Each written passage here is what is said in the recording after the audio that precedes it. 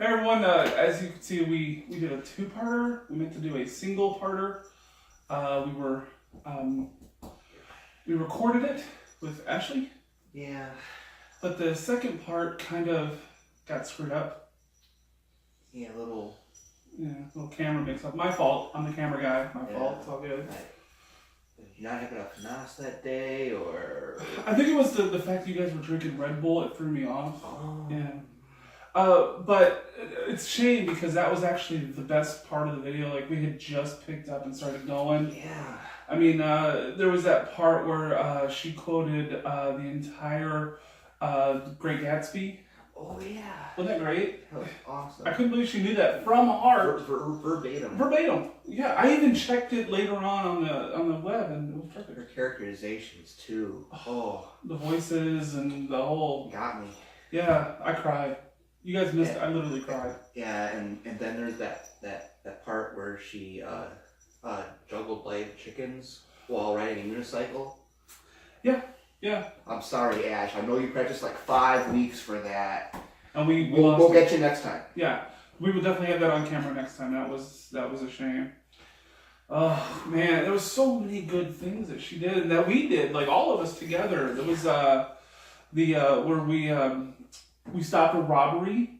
Remember that? Yeah. Like all three of us, we bum rushed the couple of robbers at a bank, and yeah, it was all on camera. Yeah, you did the scorpion death drop. Yep. I put him in a sharpshooter. Yeah. Ash hit both sides and did the people's elbow. Yeah, she literally tagged the teller. She like what are we tagging the teller into the fight? Like it was great. I mean, it was amazing, and the footage just didn't come out. I know, and like I said, once again, my fault. Totally, 100% my fault. The best part right at the end, when the Mother of Dragons came on the episode. How did I forget that? I know, and she brought one of her dragons, and he was blowing everything all over the place, and it was just insane. Yeah, flames everywhere, and we lost that footage, man. We lost it. Well, you know. So what we're gonna do is we're gonna carry on. Yep. And try to reshoot this second part, sadly without Ashley. Yeah. But... She had to go. One of the chickens was injured, and she had to take it to the vet. And they've been there for days. We're not sure if the chicken's gonna make it, but we're hoping. It's real touch and go right now. Yeah, we're hoping to pull through. So with no further ado, our reattempt at part 2 of the discussion on races.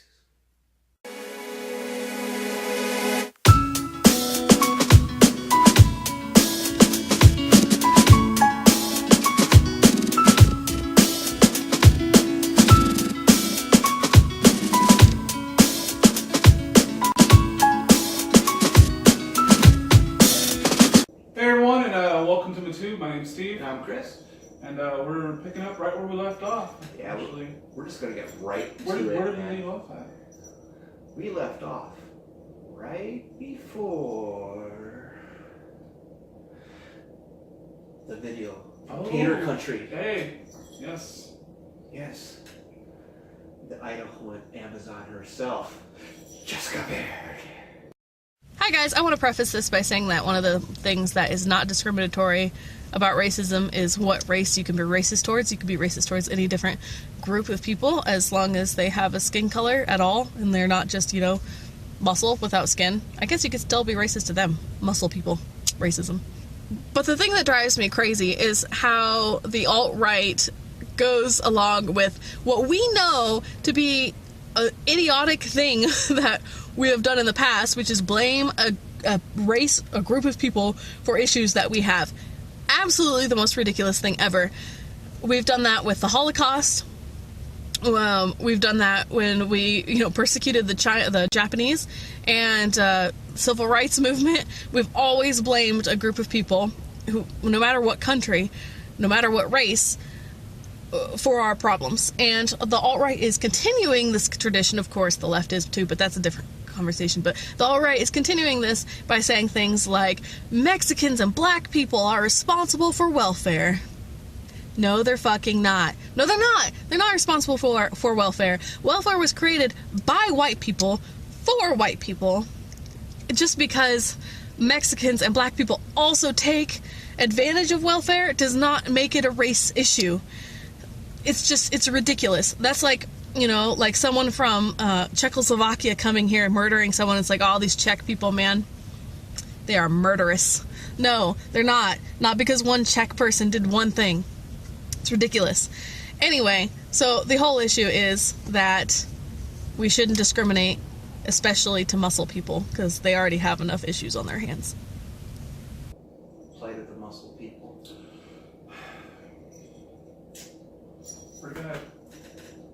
There's a lot of good points you brought up, so we're just going to try to tackle them in order. Yeah, as much as we can.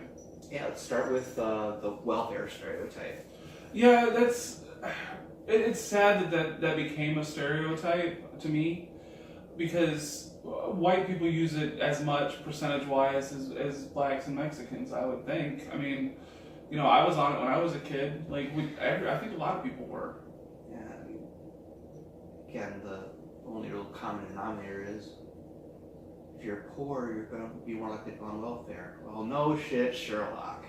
And if you're against welfare in principle, well, there's no our welfare, okay? I mean, so either way, you got no argument. Yeah, exactly.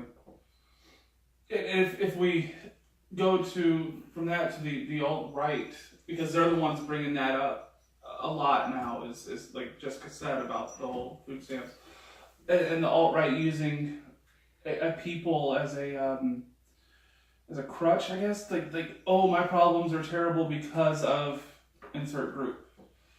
Yeah, I don't even know how they managed to miss the entire point on the whole libertarian thing. They reject collectivism in the form of statism sometimes, and then they commit it in the name of this nationalism. Yeah. And that's it's our people against your people. I mean, what do you mean? First of all, our people. I mean, you haven't met like 1% of 1% of white people. There's no our people. Yeah. I mean, I would imagine our people. If I was to say that, I'm talking about anybody that's in the same situation as me. yeah. You know, like someone who's barely making ends meet and trying to provide for their family. That isn't us. Those people that are doing that, hey, good luck. I wish you the best. That's actually like a real like identity thing. Yeah. It's something you People can who identify believe with. in make and do. Yeah. Doing what they got to do for the kids. Right, exactly. And Hustle, loyalty, respect. And that it doesn't matter the race at all when it comes to that, because if you're a decent person, then your goal is to take care of your family, right? Like that's the whole point of, you know, taking care of your family, being a family person, and that is noble. It's a very noble thing, no matter what race you are. Yeah.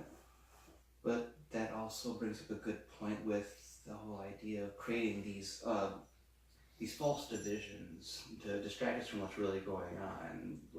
It really has more to do with the haves cutting off the bottom rungs of the ladder from the have-nots. Yeah. Yeah. But turning us against each other along race lines so that we don't notice this going on. Yeah, like more likely the people that are doing the bitching about, you know, like the alt-right bitching about the blacks and the Mexicans, if they stopped and went, hey, they're struggling the same way I am, maybe if we bring everybody else up, race without race being a part of it, then we're actually a better off. And to touch on Jess's point of, the blacks, the Mexicans, the foreigners, whatever you want to say, they didn't create the welfare system in this country. The people you think you can trust to vote against progressive programs are the ones that made the damn progressive programs. And this idea of, oh, they're going to take welfare but not pay into the system, it's false. That's very It's just false.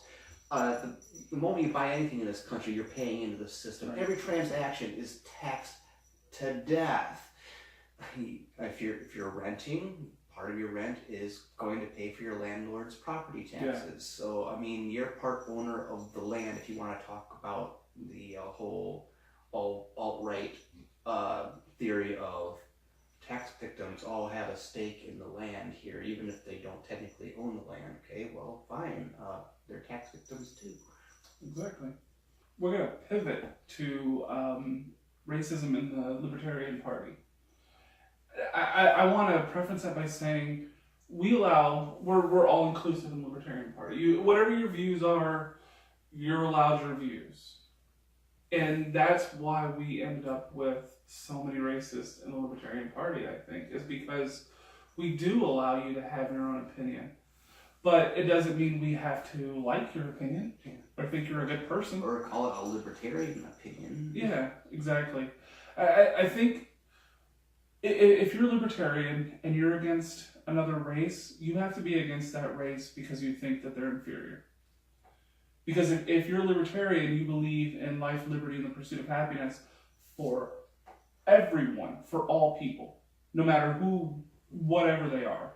So I think if you're a racist in the Libertarian Party, you have to be a racist thinking that other races are inferior. And the reason I say that is because as a libertarian, we believe in the pursuit of happiness, life, liberty, all that stuff, right? That's our thing. And that's for all people, not just for a single race or a single group of people. That's everyone worldwide. Yeah, all of a sudden, out of the woodwork, from both the left and the right, are coming these people who say, in defiance of all the evidence, that the Libertarian Party is not based in individual rights. No, it's based in what's right for, or what's the greater good for this or that collective, and it doesn't work that way. No. The whole philosophy has to do with respecting the rights of the individual leads to the greater good.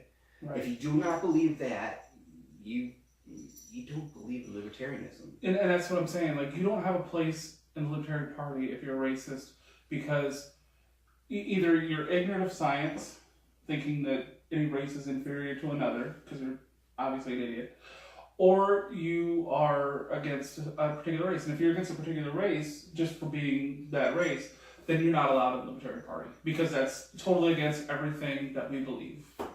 It's almost as though we believe that racism is irrational and repugnant. I wonder if I heard that before. So Yeah, let's so lighten the mood. it's like a movie. Let's talk whitewashing in movies in Hollywood. That is actually not as big of a problem as people have made it out to be. I saw a statistic somewhere, and I'm not saying it was actually a true one, but it seemed like it was a true one, is that there's like 15% African Americans in the United States. And if you pick out main characters like speaking parts, there's about a 15% ratio of African Americans in movies as opposed to whites. So I mean, there's a full-on correlation of the actual amount of people that there are in the country in movies. So there's representation there.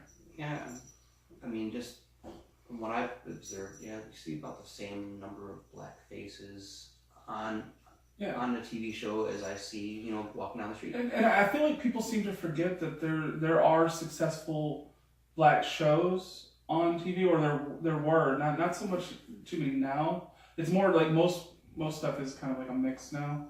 But like Martin, which is coming back, I think I heard. Martin, I love Martin. Martin! Like, Martin was such a great show, man. I swear I heard it's coming back. And that was pretty much mostly all black cast. And I watched it as a young kid. Like, wasn't like, hey, look at me, how cool I am. I'm so progressive, I'm watching a black show. No, I thought it was funny. Like, Martin Lawrence is absolutely hilarious.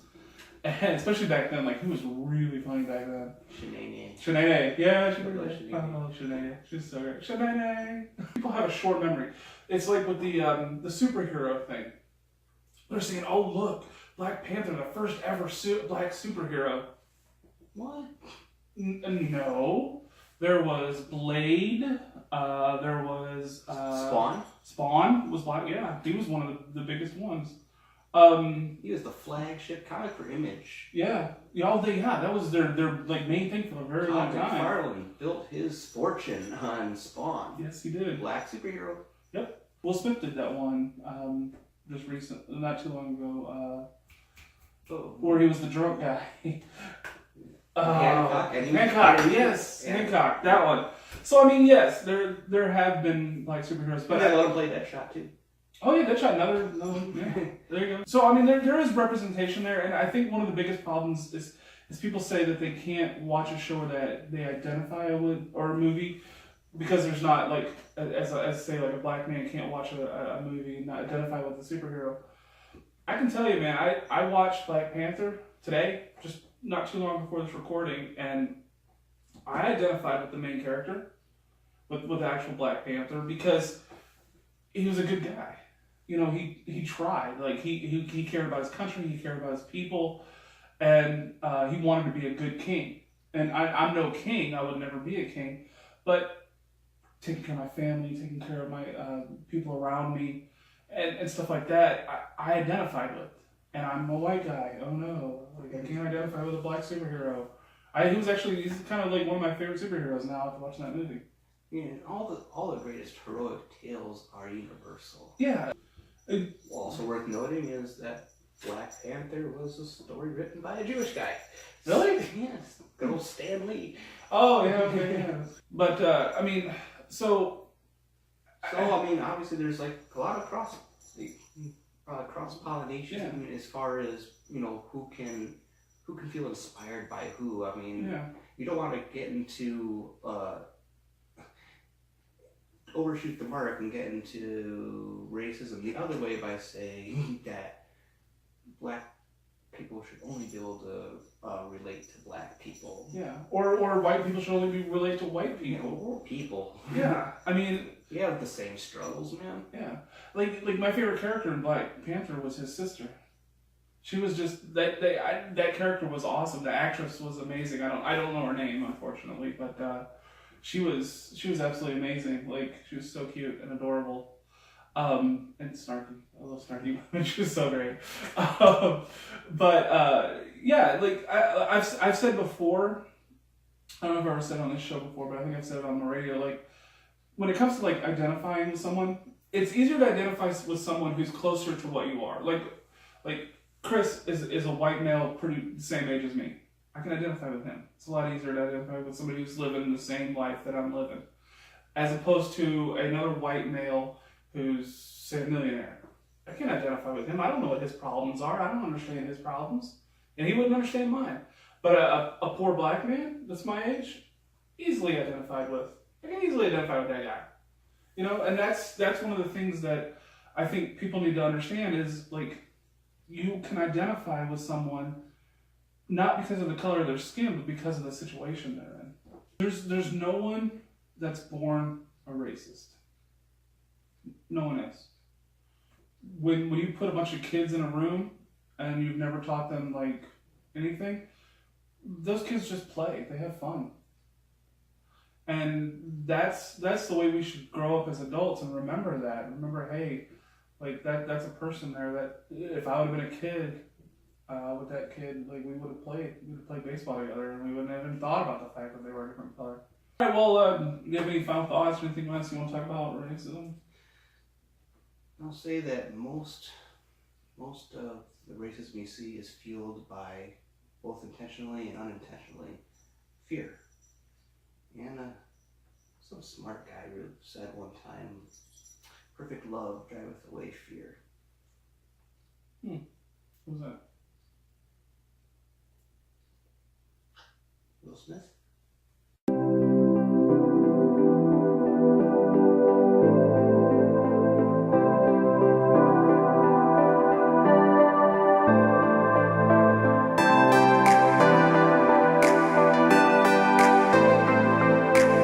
Well, looky here.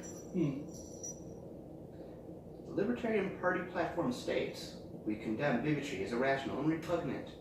Government should neither deny nor abridge any individual's human right based upon sex, wealth, ethnicity, creed, age, national origin, personal habits, political preference, or sexual orientation. Just throwing it out there. Yeah, that's even if you drink Red Bull instead of NOS.